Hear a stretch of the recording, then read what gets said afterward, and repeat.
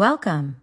At Mid-Georgia MLS, we are here to help you with the tools you need to be a top agent in Middle Georgia. First, let's help you log in to the dashboard and review your profile. To begin, you will need to type in the web address shown here.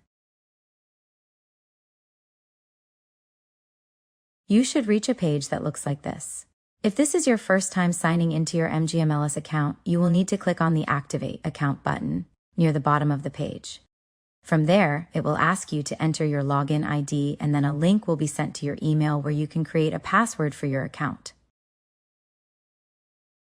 Once your account has been activated and a password created, you will enter your login credentials to gain access to the MGMLS dashboard. Click on the first icon under the product directory called Flexmls to enter our listing database. From there, you will click on the menu at the top left corner of the page and look for My Profile.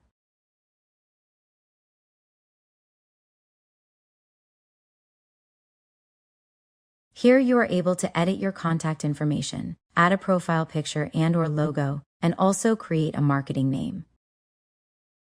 Should you wish to have a marketing name that is different from what you've entered in our system, or if you are a part of a team and want to have your team name displayed on your listings, you can click on the My Names option.